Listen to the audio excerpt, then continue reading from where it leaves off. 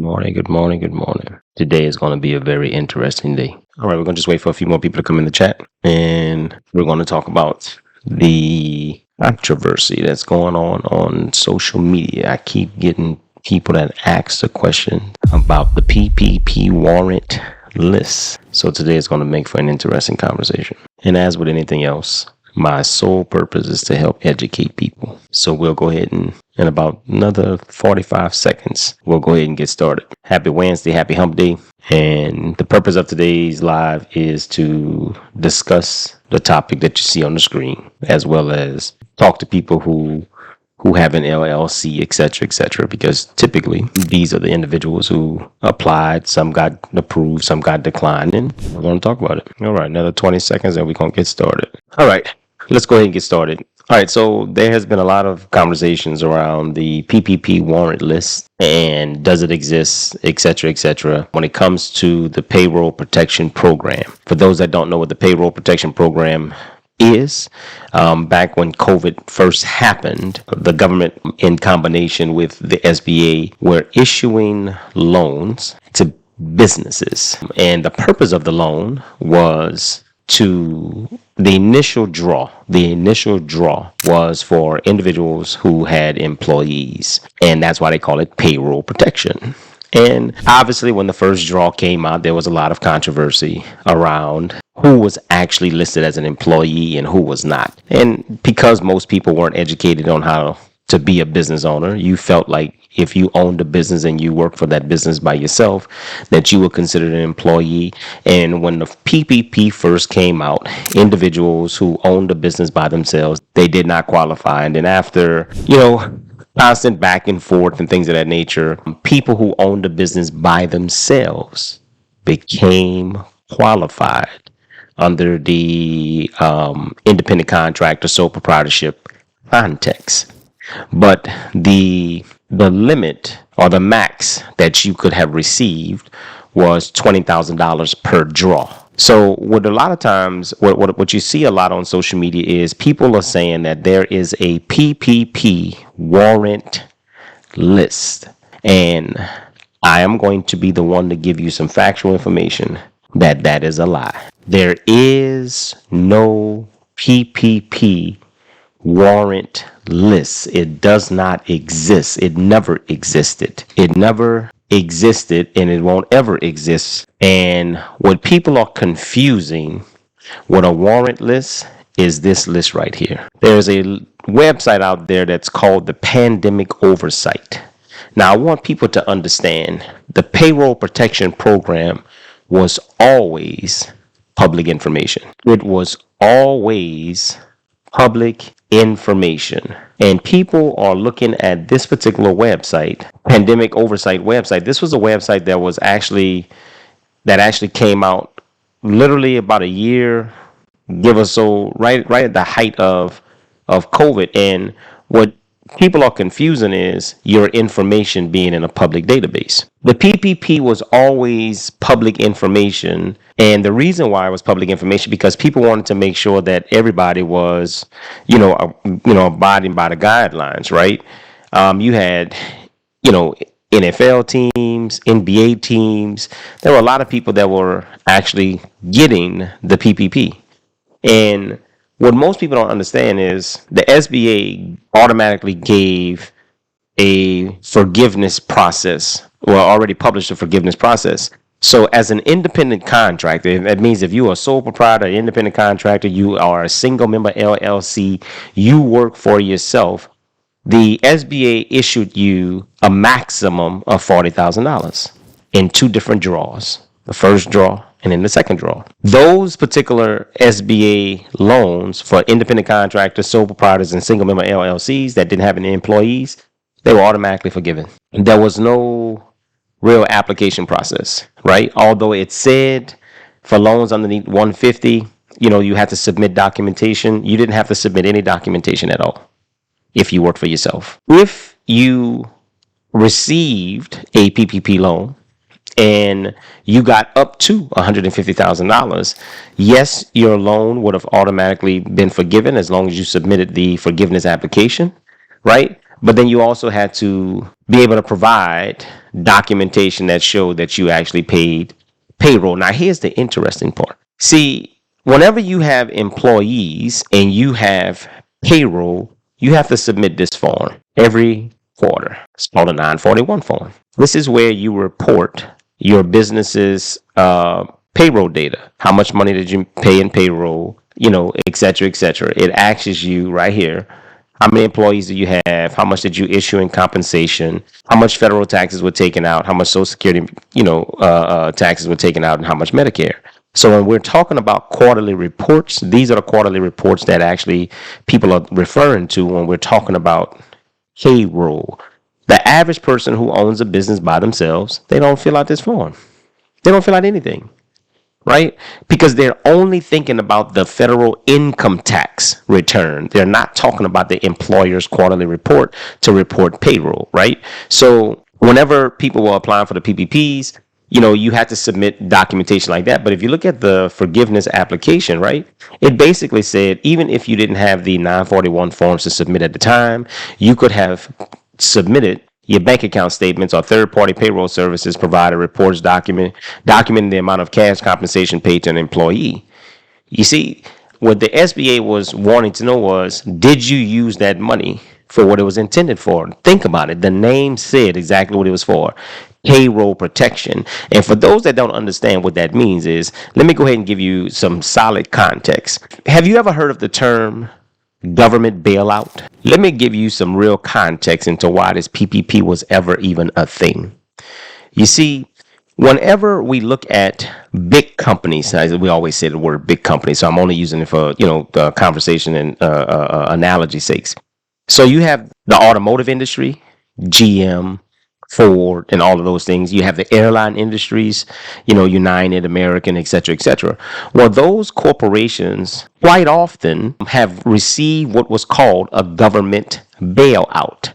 It's because those companies needed some backing by the government financially, because COVID didn't just hurt you as an individual. COVID also impacted corporations, large corporations, right? So there's been a number of different times in the automotive industry where the government had to bail them out. Well, when COVID happened, I need everybody to understand there was never a point in history. Yes, even during the Great Depression, there was never really a moment in history where the world was impacted. So what happened was the government couldn't afford to put everybody on unemployment. I'm going to say it again. The government couldn't afford to put everybody on unemployment. So what the government says is like, look, corporations, since I have been, history has shown where I have provided a bailout for you, I need you to do me a solid. I need you to keep people employed. And if you keep people employed, I will give you 2.5 times your monthly payroll. So I'm going to give you your payroll for the month 2.5 times, right? So 2.5 months of payroll, I'm going to let you get that. That's your first draw. And if you can prove to me that you use the money to pay those people versus going to Tulum, versus going buy a house, versus going buy a car, I'm going to forgive it. So that way, you don't ever have to reimburse me. The biggest challenge is people were applying for the payroll protection program and they didn't have employees. So now what you hear is there is a warrant list and there's not a warrant list. The moment that you were issued a PPP loan, that became public information, right? And I'm going to show it to you. I'm going to pull it up. I'm going to let you see it with your eyes. And I'm going to let you see what is the public's information. 1 second. I'm going to actually copy. 1 second. I'm going to show it to you so that way you can see it for yourself. I'll let you see what it looks like and what it shows.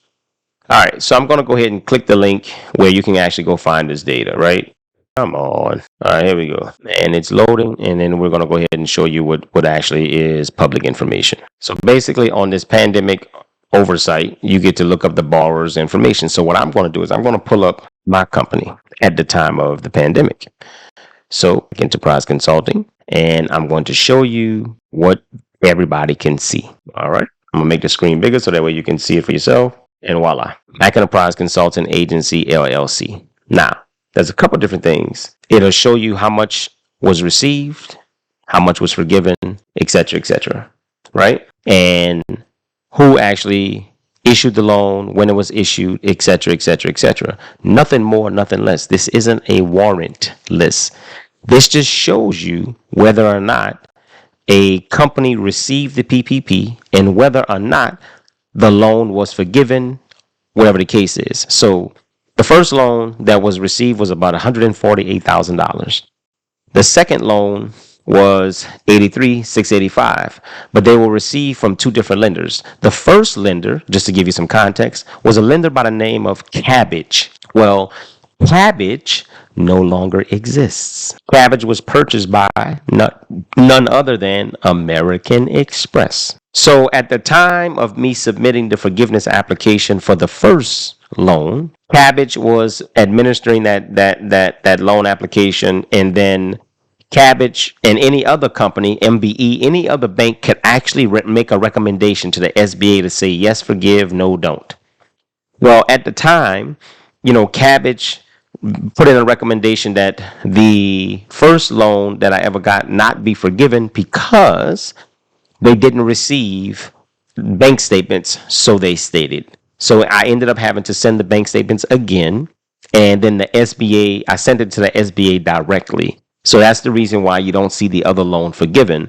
But the second loan, which was issued by MBE, was actually forgiven because I submitted the documents, all of the documents, to MBE directly. But every bank, Capital One, now, if you take a deeper look, there were a lot of people who had Capital One bank accounts, and Capital One froze their accounts or closed their accounts because Capital One basically was being, I would say, the PPP police at the time.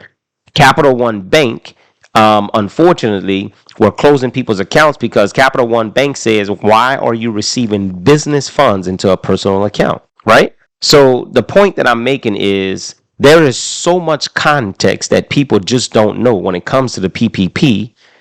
And if you just Google, PPP requirements and all of that good stuff, the information still sits on the SBA's website, right? And it tells you who qualifies, who didn't qualify. But it also gives you, and then there was a 5-year mark, if I'm not mistaken, a 5-year deadline for you to submit your PPP forgiveness application. So there are a lot of people that you see that are going to jail. And you have to understand, the reason why there are a lot of people that are going to jail is because, again, just like anything else, you have people that just don't think. They go get these loans, and then the first thing that they do, they go make big purchases and they tell everybody and their mama about it. Because you know how we do. The moment that we get something, we got to show the world. We got to bring it to social media. Hence why you see all of these young entertainers in jail now or being arrested, because you put everything in the world to see, as if nobody from the SBA is actually watching. There's nobody from the SBA on TikTok. I'm not advocating that people do wrong by the money, but damn, if you're going to do whatever it is that you want to do, why would you make that public? It doesn't make sense to me.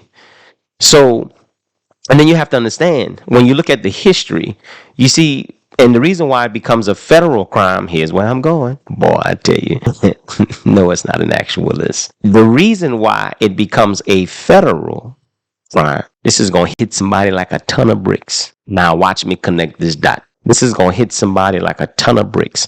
I'm going to go through the process of applying for an EIN. Watch. I can sit here and talk about LLCs all day. I tell you what, let me ask you this question real quick before I go any further. I can sit here and talk about LLCs all day. The reason why there's a lot of people that are complaining or saying that there's a PPP warrant list because the average person don't have the history behind the PPP, right? What's up, Matt? The average person don't have the history around the PPP. The PPP was always public information. But the reason why it becomes even more relevant, it's not even that they didn't have a business. I'm going deeper than that. Now, C more 279. I'm not disagreeing with you, but I'm gonna take it a step further. The average person that have a business right now don't even know. The reason why it's such an issue is because it's not that there's new rules and penalties attached to the EIN. No, it has always been the same. People go get a federal EIN number for a structure that's only recognized by the state. I'm going to say it again. People go get a federal EIN number for a structure that is only recognized by the state. We all have to pay taxes on the money that we have incoming to our lives, unless we can show that it wasn't a job or whatever the case is. So whenever we have income, we have to pay federal income taxes. The LLC cannot pay federal income taxes because the LLC is not recognized at the federal level. The LLC is only recognized by state statute. So when that LLC receives income, somebody has to pay federal income taxes on the money that business receives. And guess who has to pay the taxes on that money? You. So when we go back and look at the PPP, you have to understand this is where people don't even connect the dots. You see, whenever you have employees, guess what you have to do? You have to pay payroll taxes. How do you report payroll taxes? On a 941 form. You see, I'm going to take it even a step further. Watch this. Is your education. Every employer has to fill out what's called a W-3 form. A W-3 form is a tax form used by employers to report the combined employee income to the Internal Revenue Service and the Social Security Administration. Stop. You honestly think that whenever you get old and you apply for Social Security, that they just randomly come up with a number? You had to pay into Social Security. So whenever payroll is paid and people have federal taxes taken out of their check, Social Security taxes taken out of their check, Medicare taxes taken out of their check, that is always reported and there's always a record of it. So there were people that were applying for the payroll protection program that have no history of even paying payroll taxes. In fact, whenever a company fills out a W-3, which is a combination of all of the payroll that it paid, they have to break that W-3 down based on W-2s. What do I mean by that? If you say that you have 5 employees, your W-3 form says that you paid, $10,000 of payroll. I'm sorry, $100,000 in payroll. Well, whenever you say that you paid $100,000 in payroll on a W-3, and if you have 5 employees, well, then each employee, when they file their taxes and you issue them a W-2, well, then it should be equal, right? So the problem is there has always been a paper trail, but nobody understood where the paper trail came from. That's because when people started the business, they never understood what it meant to be a business owner. You don't even know what forms are reported. Better yet, watch this. You see, some people think that they just can hide how much money they made. Whenever you use Cash App, you didn't physically see the form, but you do realize that Cash App, just like everybody else, they make you fill out what's called a W-9 form. A W-9 form is where you have to fill out to tell the person who's paying you or where you receiving money, you fill out that W-9 form to report how people should pay you. And on the W-9 form, I'm getting somewhere. Just bear with me. I know this is I'm going around a long way to get to the point, but just bear with me. This is for educational purposes only. Whenever you fill out the W-9 form, whenever somebody's trying to pay you, they ask you, am I paying you? Name of entity or individual. And it says, you fill out the form because you say, all right, cool. They're going to pay me. And it actually right here on the W-9 form, who they paying? They paying you, an individual or a sole proprietor, corporation, partnership, etc., etc., etc., right? And then at the very bottom, underneath that, it says, enter your social security number or your EIN number. This is how people track, like, who they going to pay. But I'm saying all that to say the W-2 form, the W-3 form, the W-9 form, all of this is to report income. And that income is reported to the Internal Revenue Service. So if you have a business that you own by yourself and you're not filling out nobody's forms, you just went apply for a loan that was meant for payroll. And they based the loan not on who's how much money you generated, per se, but they based it on your payroll. So the reason where they came up with how much you qualified for is they took how much you paid. I'm getting that, Rita. They took how much you paid in payroll. Let's just say that you had $100,000 in payroll, right? Let's do the math. I'm just use that as an example. Let's say that you had $100,000 in payroll. They would divide that $100,000 by 12, which is because they're trying to figure out what is your monthly payroll. So your monthly payroll is $8,333. They would multiply that times 2.5. Your payroll protection loan was $20,833. Period. So what people were doing was they were inflating. Catch where I'm going. They were inflating how much payroll they paid. Some people were saying that they had, $1 million in payroll or whatever the case is, and they had 10 employees, whatever the case is, but they had no documentation to prove that point. Now, again, what happens if somebody is a barber? What happens if somebody is a hairstylist? What happens if somebody is an independent contractor? You see, those are the questions that came up because those individuals were also impacted by COVID. So when enough fuss was made, they now made independent contractors and self-employed people eligible to receive it. But again, the max amount that you can receive, and you didn't have to submit no 941 forms because you don't submit you don't pay payroll. So they made you submit, guess what? You ready? Oh, this is good. They made you submit this form right here. The good old Schedule C. Just like with anything else, you submitted the tax return with your Schedule C to show how much you made. And they based your PPP loan on line 31. At the end of the day, how much income and expenses did you have and what did you have left? They based your PPP loan on what you had left. The reason why some independent contractors couldn't get approved is because you were so busy showing that you lost money. If you showed that you lost money, how can they say that you qualify for a PPP? You don't have no money coming in because the average person still couldn't connect the dots. Whenever you are a single member LLC, you are seen as a sole proprietorship. No matter what you tell the IRS, how much income you have or expenses, they're going to take what's left. See, the average person think that if you have $200,000 in sales, don't report that to the IRS because the IRS is going to tax you on the income. No, we are not person like Warrior. Where you get that from? I'm so confused.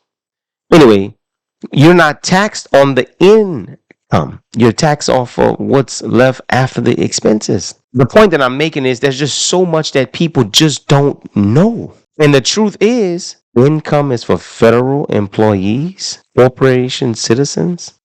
Yo, where are we getting all of this from, y'all? Like, okay. No, let me show you what a person is. Light Warrior. Let me show you what a person is. You live under their rules, you operate by them. The term United States person is a citizen or resident, a domestic partnership, or a domestic corporation. Yo, let me just tell y'all, this is not the live. Y'all, I'm not getting into that. This is not the live for it. You see, because it's amazing how you, first of all, be Light Warrior and everybody else. Let me help you. There is a term called read the room. Everybody wants to interject their intellect into a room that didn't ask for the intellect. See, the sad part is when we're talking about reading the room, it is simple. The average person that you talk to, the information that you're putting in the comments goes over their heads. It took you a minute to get to the place where you understood what a person or a citizen is. It took you a minute to get there. So the point that you can just make a comment in the comments to say, whatever it is that you're going to say, read the room. Just read the room. You can't tell somebody, how to become an architect if you ain't never brought them to architectural school. Like, come on, y'all. Read the room. We're talking about a PPP. We're talking about an LLC. What are we talking about here? Come on, y'all. Guess what? Let me just leave it. Let me just leave it. Let me just man, people kill me sometimes. Hell, if I was TikTok, I'd want to be banned myself. Everything. And sometimes people just, come on, y'all. Anyway, let me move on. So the point that I'm making is a lot of people's issues is it always starts from the foundation. The average person just didn't know what steps to take first to become a business owner. Second, to try to apply for funding. Yes, COVID impacted everybody. I don't care who you were. COVID impacted everybody in some shape or form. And now, if we go down memory lane, this is where now, guess what else became the biggest thing in the world since COVID? A virtual address. People wouldn't on no virtual address before COVID like that. Some people were still going to get PO boxes. Some people were going to get these postal addresses. The virtual address became a big thing because now people have to try to figure out, how can I work remotely? And this is where, guess what else? Guess what else got on the rise? Digital products. You see how trends start all because of a foundational event happened. Something happened in history that now made people think beyond the four walls in which they operate. But in all cases, once you understand the history of how things started, once you understand the history of why things are in place, then it puts you in a better position to be able to address it. It's almost like you have never seen a business loan application a day in your life. And the moment that you go try to fill out a business loan application, it is asking you certain questions that you've never heard before. And you still push forward trying to do it. The point that I'm making is, and I've used this analogy before, you ever bought something from like Target or Walmart or anything, and it came in a box and you had to put it together? Some people hate reading directions so much that they look at the picture of the box and they still try to put it together based on the picture. And then guess what happens? What's left? You got a bunch of pieces left and you be like, oh yeah, it'll hold. And then when you don't get the full longevity of that particular product, you blame the product. But it wasn't the product's fault. You didn't read the directions. Just like the average person didn't read the directions on what it means to actually apply for an EIN number. See, because the average person really believes that, and check it out. Let me show you how your mindset is. You got the LLC thinking if something happened, they can't come after you. You automatically went into that LLC automatically planning for something to happen because you thought that the word limited and liability was for you. And the sad part is, this is the saddest part of this entire conversation. That limited liability protection was never for you as a single member. It was never for you. It was never for you by yourself. The reason why it was never for you by yourself is because the LLC wasn't meant for you by yourself. It was never meant. And the IRS tells you that before you even go down that road. The IRS says owners of an LLC are called members. Owner is plural. Member is plural. That means that they're talking about more than one person. A natural person has to start at highest shopper. So you automatically are classified. An LLC with only one member is treated as an entity disregarded. Watch this. Read it. An LLC with only one member is treated as an entity disregarded as separate from the owner. Look what it says right here on that W-9 form. Name of entity/individual. An entry is required for a sole proprietor or a disregarded entity Enter the owner's name on line 1. So basically, they'll automatically tell you in every dot that you ever try to connect, a disregarded entity and a sole proprietor is the same person. And if you go look at a Schedule C, whenever you talk about that business, profit or loss, guess what they're looking at you as? A sole proprietorship. And because you own that business by yourself and you are seen as a sole proprietor, when you go look at the EIN documentation, it'll have your business name on it and your name on it as well. And somehow you keep believing, hey, how you doing? You keep believing that that business is a legal separate entity apart from you. Think about this for a second, y'all. And I want y'all to understand, whenever you went apply for the EIN number, and all I'm trying to do is connect dots for y'all. That's it. All I'm trying to do is connect dots for y'all. Whenever you went apply for that EIN number, and I keep going back to this same screen over and over, it's because I need you to understand this fundamental fact. This fundamental fact is this. You went apply for a federal EIN. That's an untrue statement, Red Crown Shoes, and I'm going to show you why. I'm going to show you why. Red Crown, I'm going to show you why. Because a lot of people go that route. I'm going to show you why. The LLC is only allowed at the state level. Now, Red Crown Shoes says the only time an LLC is separate from a sole proprietor is when you make it an S corp. That's not necessarily true. Let me tell you why. Because what happens is, and it's not your fault, Red Crown, and it's not no one else's fault. We're always looking at the business in one lane, but we always have to consider that business in two ways. We got to look at the business based on how the state views it, and we got to look at it from how you file taxes. That's two separate things. Even when people have an LLC and they fill out a form to have their taxes filed on as an S corp, that doesn't stop you from being an LLC. Because you still have to consider how the state views you. Because you operate under state law. And every state operates differently. But every time that you use that federal EIN number for a business that's only recognized by the state, you got to take in the context. Sure, that state will have you as an LLC. But whenever you use that EIN number, you have to take into account what that EIN number represents. And if you click the LLC, the IRS tells you right here in black and white, you have chosen the limited liability company that's only recognized by the state. So since it's only recognized by the state, here's what they say. Let me tell you what that EIN number is, and let me tell you what that EIN number is not. That LLC will never be incorporated. That LLC will never be incorporated. LLCs are not incorporated. What does it mean to be incorporated? It says it right here. A business is incorporated when it has been granted a charter, legally recognizing it as a separate entity. And because it's not legally recognized as a separate entity, they can't have that EIN number on a paper by itself. We gotta have you on it. There's only one structure that allows you, both state and federal, to be a legal separate entity, and that is a corporation.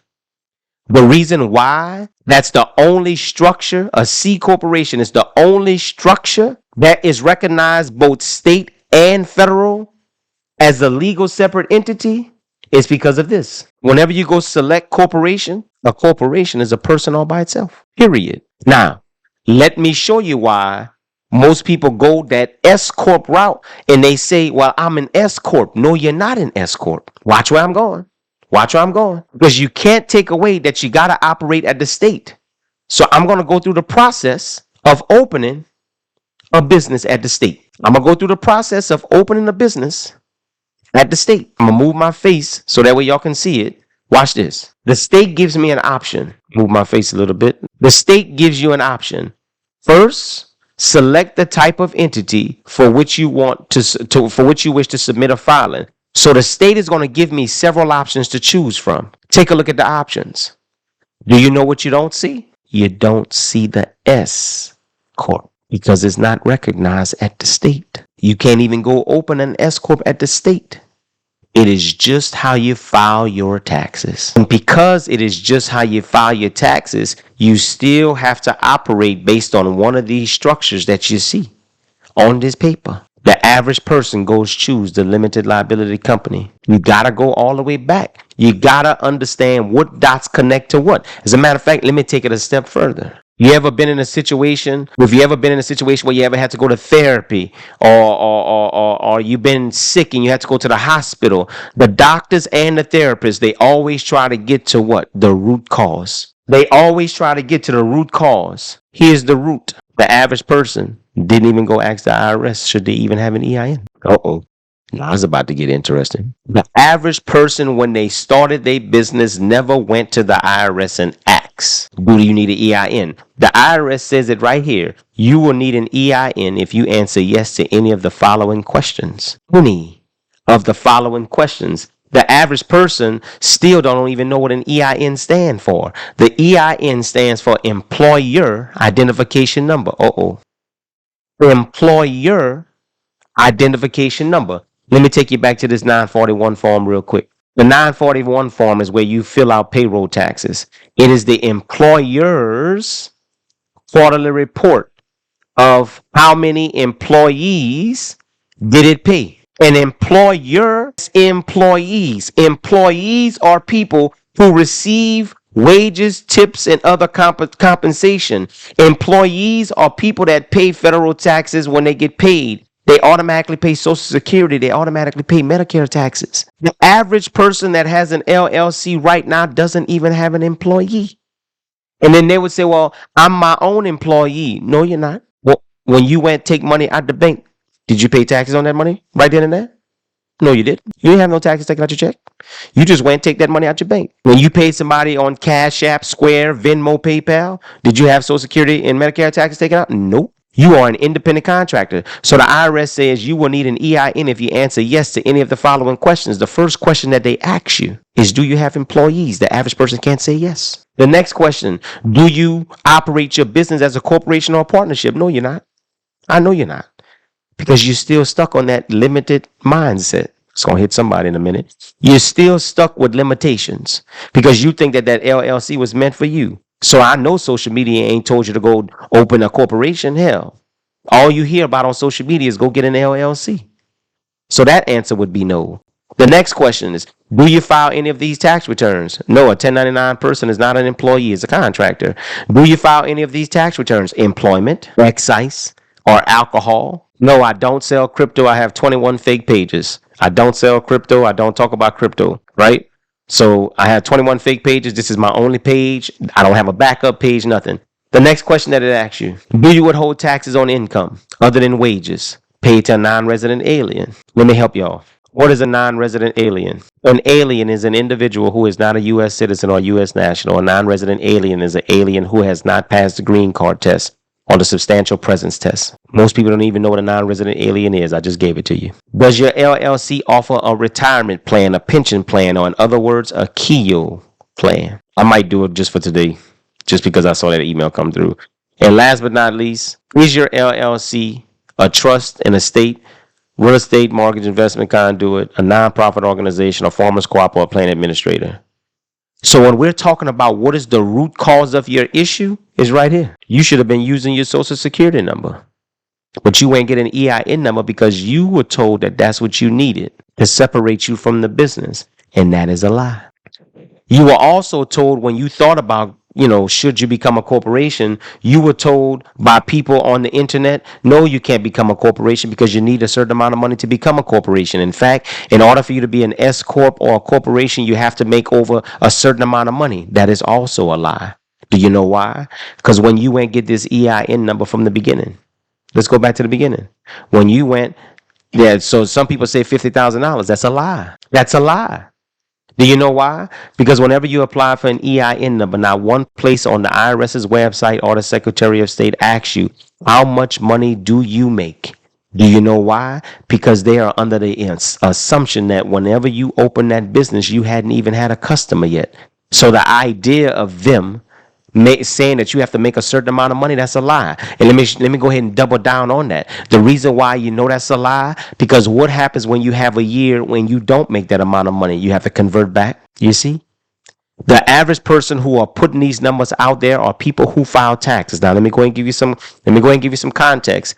Not only do I run and I sit in the CEO chair of Mac Enterprise Consulting, which is a full service business consulting firm, I run and sit in the CEO chair of Mac Enterprise Tax Services, which is a full service tax office where I do taxes. The reason why the average person hears that you have to make a certain amount of money is because the person who's filing your taxes told you that.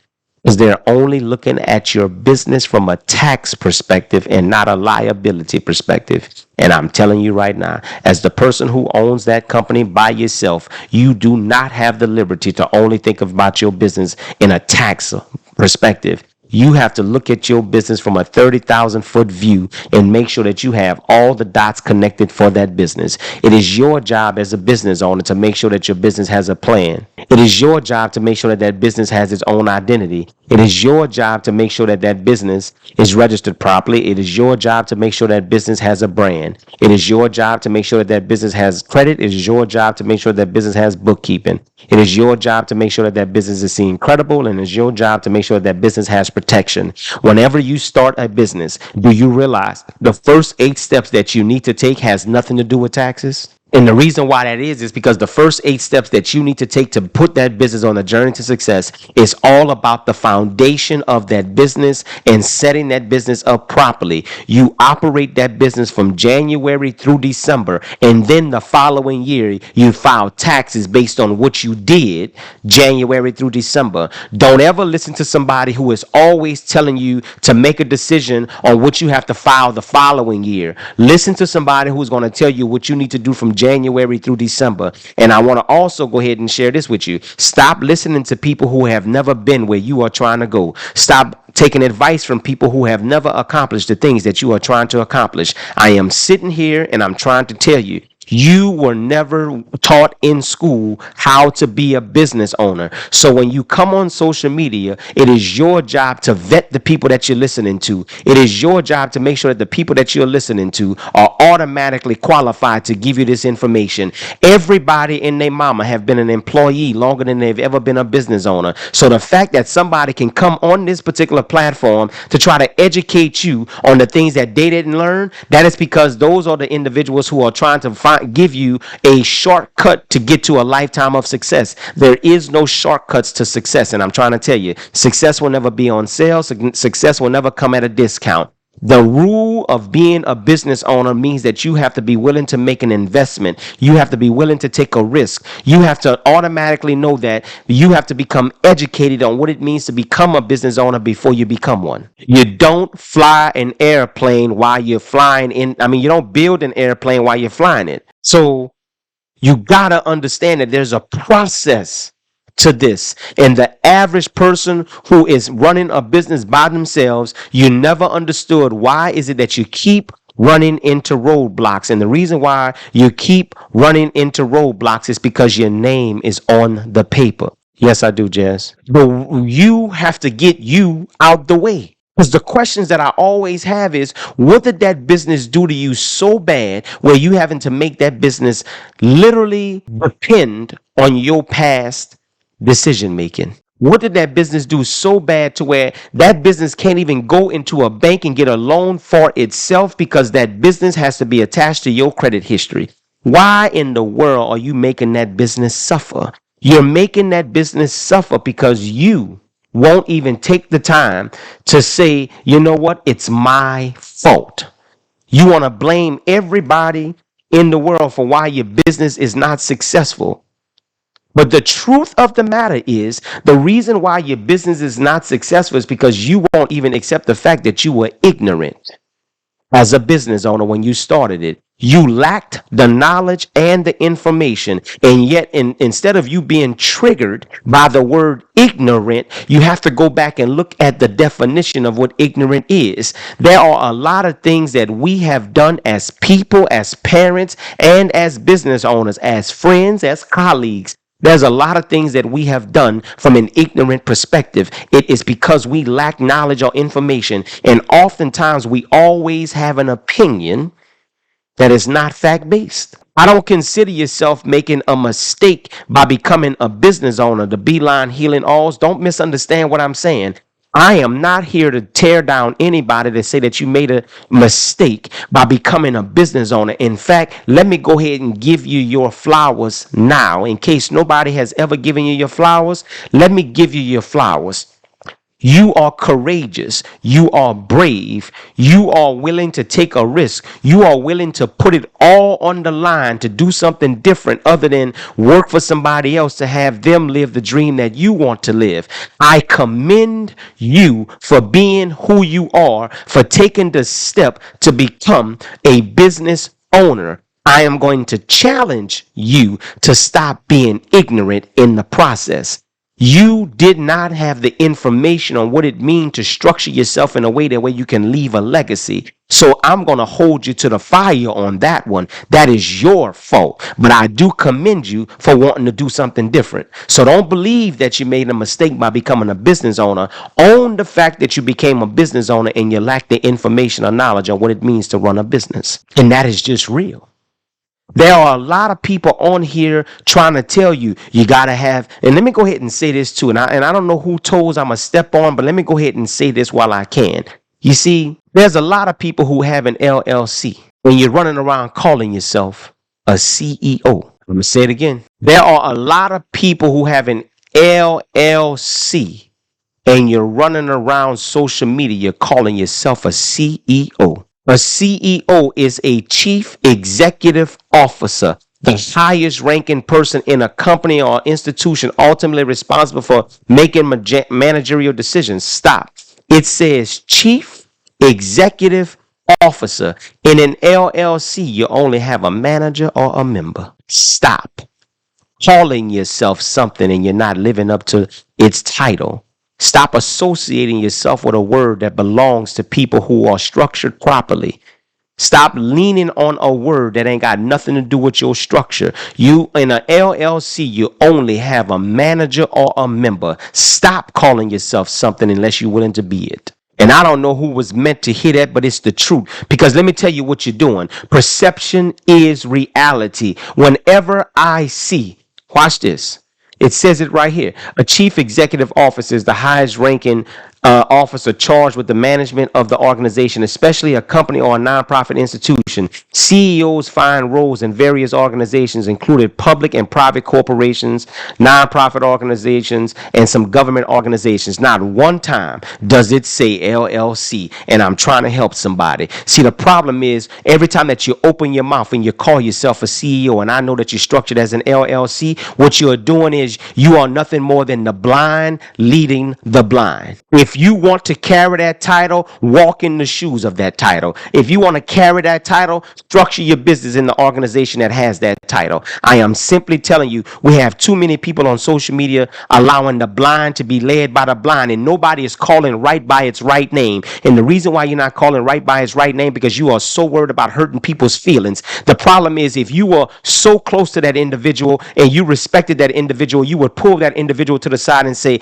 I hear you and I understand you, but you are misrepresenting yourself. So if you are misrepresenting yourself, how in the hell are you leading me? How is it that you want me to follow you when you actually misrepresent yourself every single day? Now, I don't know who needs to hear this, but the truth needs to be said. I am tired of coming on this social media, and it seems like I have to defend my position every time. Let's let the truth be what the truth is. You have a lot of people that don't want to stay in their lane. Stay in your lane. If you are a coach, be a coach. If you are a mentor, be a mentor. If you are a consultant, be a consultant. But don't dare take titles that ain't got nothing to do with the other with the structure. That's two different things. That's two different things. I'm gonna go ahead and step on somebody else's toes while I can.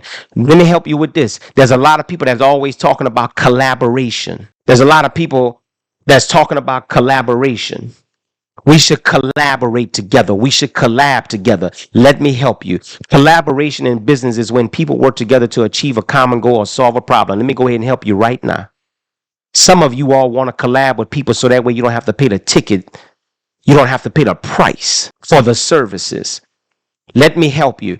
Collaboration in business is when people work together to achieve a common goal to solve a problem. Some of you all are wanting to collab with people, but you're not willing to bring the same thing that I'm bringing to the table. I be damned if I'm going to risk my reputation because you aren't willing to do the things that I had to endure. I had to endure long suffering. I had to endure a lot of things to get to where I am today. And I am simply telling you, just because you nice and you look the part and you talk the part, that don't mean you are the part. If you aren't willing to do the things that I'm willing to do on a day-to-day basis, I won't ever associate myself with you, talk to you, or let work in business together with you. I will always be cordial, but don't ever think that you're going to use my name as a ticket on the way out if you aren't willing to do the things that I've been willing to do. Some people don't want to collab because they are intimidated by you, because I'm going to tell you why. You know why most people don't cross my door? It's because they know I'm not going to accept anything less than perfection. I'm not perfect, but I'm going to strive to be it every single day, because I solve problems. I don't let money lead me. I don't let money guide me. I'm not driven by money. Yes, it is easy to say money is the key to happiness. No, it ain't. Money is a tool used with happy people. And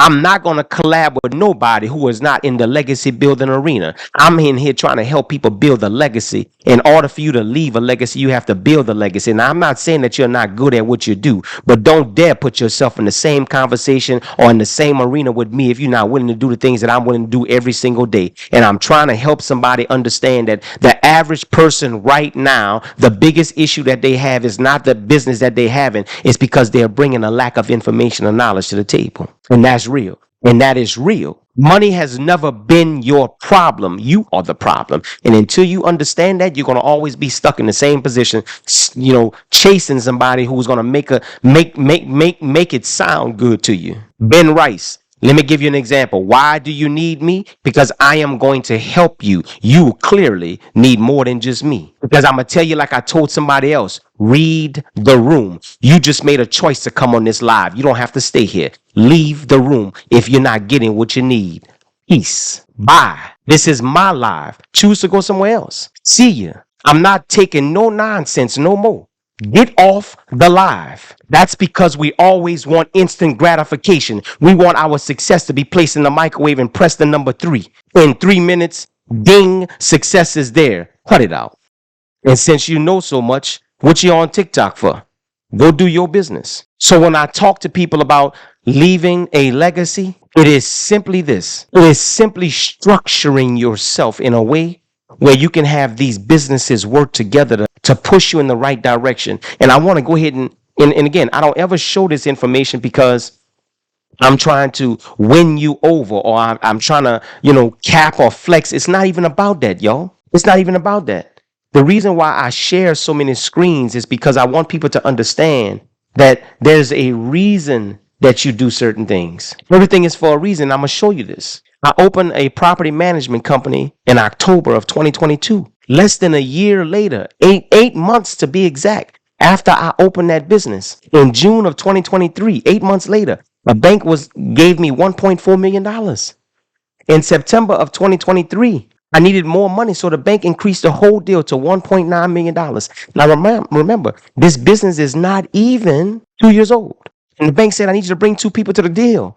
Dewayne, I need you to bring 2 people to the deal. Mac Enterprise Consulting, Mac Enterprise Tax Services. The reason why I was able to go ahead and present this deal is because those companies are seen as people that ain't got nothing to do with me. So I've literally crossed the hurdle or removed the roadblock that most people have in front of them.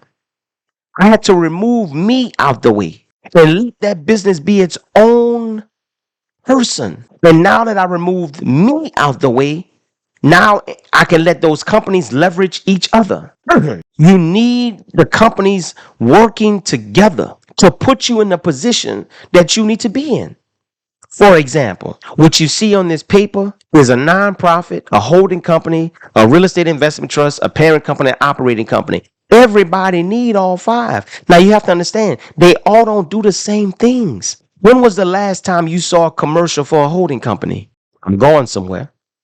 When was the last time you saw any type of marketing that says, hey, come visit so-and-so holding company? You don't see that because the holding company isn't designed to be in the forefront. The holding company is not designed to be the poster child. The holding company, it does exactly what it does. It holds your assets. Or Dwayne, what about a trust? Do you see? I'm about to hit somebody hard with something. You see, the trust, shit, this is going to hurt. I know this is going to hurt. Just bear with me, y'all.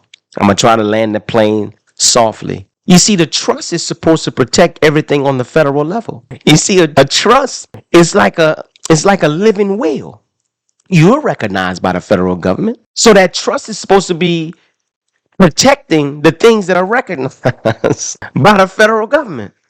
Well, I'm laughing, man, because it's the things that I get. And I already know I'm going to get a whole lot of backlash, but it is what it is. People are asking me about a trust for a company that's only recognized by the state. I need you to level up. I need you to level up. I need you to level up. So if we're talking about asset protection, what is the best way that we can protect our investment? The reason why I advocate for people to get a holding company that's structured as a corporation, because that corporation will be recognized by the federal government. I'm getting somewhere. And when we start to talk about the trusts, it's like I got an irrevocable trust and I got a revocable trust. An irrevocable trust and a revocable trust. I'm coming. The main difference between a revocable trust and an irrevocable trust is that a revocable trust can be changed at any time, while an irrevocable trust cannot. Let's just stop for a second. And we're going to have this conversation on a fifth grade level, if I can. Most people are actually running around talking about, I need a trust, because you heard somebody on social media talk about a trust. But you've really never been in a position to where you had to utilize that trust. Let me go ahead and put that out there. The average person, whenever they talk about a trust, is because they're thinking, I want asset protection. They hear words or phrases like own nothing, control everything. I'm going to say it again. Own nothing, control everything, because that's what people talk about on social media. But that quote was made by John D. Rockefeller. Rockefeller quoted that. Own nothing, control everything. John D. Rockefeller died in 1937. So that means he had to state that before he died. Now, here's an interesting fact. The first LLC didn't even come into play until 1977. Let me make my face bigger. So clearly, he was talking about something that ain't had nothing to do with the LLC. The average person, when we're talking about a trust, is simply basically saying this. I want to protect my assets in case something happened to me. Okay? And I don't want my assets to be tied up into probate court. Okay. The irrevocable trust cannot be changed. So think of it like a safe deposit box. You go get a safe deposit box. You put something in the box. You lock the box. The key is thrown away until you die. That means you can't put nothing in or take nothing out. That means that even if, somebody tried to sue, you can't touch it. It's locked away. Well, you know how we are as people. We like to plan, but we don't think that far down the road. We're always thinking about the what ifs. So we go get a revocable trust, one that can be changed. But what we don't realize is if I can open and close that safe deposit box at any time to put assets in, to take assets out, to do this and to do that, guess what happens now? Open myself to be sued, for my assets to be in probate court. Well, isn't that kind of like defeating the purpose, right? It's defeating the purpose, because we always try to reinvent the wheel. It's no different than religion. Everybody want to break away from a church and go do their own thing. You know how we do. I can do it better. That's exactly what business is. I can do it better. We always want to reinvent the wheel versus following the people who have done this already. The concept, app stories, the concept, yes. The concept of the legacy builder can be done anywhere in the world. You just have to connect certain dots to it, right? So let me go there real quick. We've all heard of companies like Geico Insurance. We've heard of companies like Helzberg Diamonds. We've heard of companies like Star Furniture. We all heard of, Duracell batteries, Lubrizol, McLean. Every grocery store in the world got Heinz ketchup, Fruit of the Loom, Dairy Queen, Acme Brick Company, Clayton Homes, Brooks, Justin's Brand, Shaw Industries, MyTech. We've heard of these companies before. On live, call you back. All of these companies are owned by a holding company. All of these companies are owned by a holding company by the name of Berkshire Hathaway Incorporated. I'm going to say it again. Incorporated. Berkshire Hathaway is ran by none other than Warren Buffett. The roadmap to financial freedom has already been laid. It's already been put out there. Do you think when people think about Heinz ketchup, they think Warren Buffett? No. Own nothing. Warren Buffett's name is not on Dairy Queen, Berkshire Hathaway's name. When you roll it all the way up to the top, that's nothing more than a holding company. And when you understand the power of a holding company owning all your assets, now, when the holding company owns all the assets, what happens when you need to change assets? Well, the holding company can do so. Now, guess what happens if I place that holding company in an irrevocable trust message? Now, all your assets. And then since we're talking about asset protection, how can somebody sue you? Oh, I'm going that chaos. How can somebody sue you if they don't know that you got it? You see, there's a state like Wyoming that's a closed state. Wyoming don't have no corporate taxes. But wait, it gets better. It gets better. I'm going to go look up a company in the Secretary of State right now. I'm on the Wyoming Secretary of State, and I'm going to go search for a company. There's a company by the name of 8Orchids. According to this particular Secretary of State, whenever you go look at the details on 8Orchids, it shows you that it's a statutory closed corporation. Whenever you go look at the people who's affiliated, there's a guy by the name of Andrew Pierce. Nothing more, nothing less. Dwayne, what is the relevance of 8Orchids to this conversation?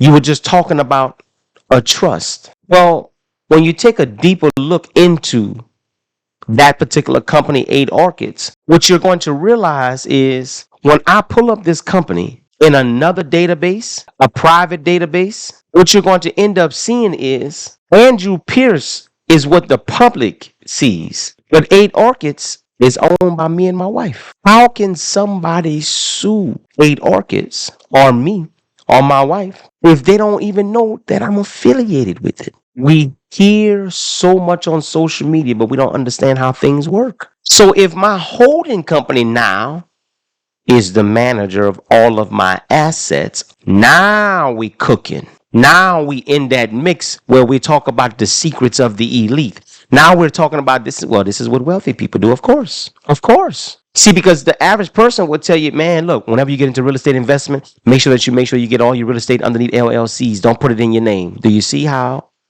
the blind lead the blind? Make sure you don't put that that real estate underneath your name. Put it underneath the LLC name. Now, I'll be damned. Both the LLC and your name is on the EIN document. Come on now. See how people are not giving you the full context? But if I go ahead and I get real estate underneath something that don't have my name to it, the question becomes, what type of corporation gives me the advantage? Real estate investment trust. When people go try to buy real estate, they say go purchase real estate underneath the LLC because it doesn't have your name on it. The EIN document shows that your name is attached to that LLC. I'm saying go get your real estate underneath a corporation because it doesn't have your name attached to it. The problem that most people have is they say, don't go get a corporation for real estate because they're always worried about the tax. Well, since tax is the biggest thing that people are worried about, well, let's go ahead and deal with it. What type of taxes does a real estate investment trust have to pay? Well, we first must understand what a real estate investment trust is. A real estate investment trust is a company that owns, finances, or manages real estate properties. Okay, Dwayne, you still ain't told me what about the taxes. Well, it further goes on to say that real estate investment trusts are a way for investors to earn income from real estate without having to buy, manage, or finance properties, right? But according to how they work, a real estate investment trust is required to pay most of its income to the investors. Okay, so let's go back to the drawing board. If the majority investor is a holding company, then that means that the majority of all the money that the real estate investment trust has to pay to the holding company has to have some sort of limitation. Well, when they say real estate investment trusts are required to pay most of its income, what qualifies as most? According to real estate investment trust rules, a real estate investment trust is required to distribute at least 90% of their taxable income to the shareholder in the form of a dividend. Real estate investment trusts are able to avoid double taxation and receive income tax deduction for the dividends they pay out. Message. Listen, y'all, I'm not going to hold y'all long today, but I just wanted to let you all know that there are a lot of things that people just don't know. My name is Dewayne Williams. I sit in the CEO chair of Mac Enterprise Consulting, which is a full-service business consulting firm. My job is to help people put them in a position to obtain financial freedom. And I do that in a number of different ways. I can help teach you. You just have to want the help. I can help teach you. You just have to want the help. I've been on this live an hour and 28 minutes, and I ain't never asked nobody for $1. It's because I choose to offer my time free of charge to help educate you on this platform. If you want additional help that can help you, I do offer a class that you can have access to. And I'm going to do this just because somebody asked me earlier and I know people missed it. I'm going to do this because I did something. I have a master class that's $499. Bear with me. Bear with me. Bear with me. Just give me 60 more seconds of your time. Just 60 more seconds and I'm going to let y'all go. I have a master class. As you can see, it's $499. That master class is 6 classes that you have lifetime access to. I teach you why that journey to success is so important, and I break down everything on this roadmap. Not only do I break it down, I give you the tools in the websites on where to go get all of this stuff set up for your business the right way. Hold on. I teach you how to write a business plan. I teach you what an LLC is, how to build credit, how to get funding, how to build a legacy. 6 classes that are self-paced. It's videos that I'm on. Each class about an hour and a half long. And I give you ebooks. I ran a sale over the weekend, and I'm going to do it for you right now. Master class is $499, and I'm going to let y'all see it. For the next hour, hold on. I'll let y'all see it. For the next hour, I am going to, only because somebody asked me earlier, and somebody sent me an email, and I said, you know what? I'm going to go ahead and honor it. For the next hour, I'm going to drop that price to $199 for the next hour. I'm going to drop that class to $199 for the next hour. You don't need a discount code. All you do is go to the website, and when you click enroll now, at the checkout, it's going to be $199. At the time of checkout, it's going to be $199. All you have to do is click enroll now. Masterclass, $199 for the next hour. Here's my website. The masterclass covers 6 classes. Why the journey to success is so important. How to write a business plan. What is the LLC? What it is, and everything about the business structures. How to build credit. How to get funding. How to build a legacy. Your membership incorporates what again? My monthly membership is where you get 2 business owners night schools. Like basically, I teach you how to become a business owner twice a month. That's the membership for $100 a month. The membership is where we have 2 classes a month. In fact, our next class, we're going to be taking a deeper dive into how to build a brand, marketing, SEO, branding. That's our next class. We're going to do another class on branding, marketing, SEO, and things of that nature. Our next class, I think, is November the 2nd Tuesday of the month. The 2nd Tuesday followed by the last Tuesday of the month. Our next class. So the membership is $100 a month. It's like going to business owners college. You're going to college to learn how to be a business owner twice a month for $100 a month. The master class is basically like your foundational courses. It gives you 6 classes, and then we go through those classes that teaches you how to get everything, how to actually structure your business the right way.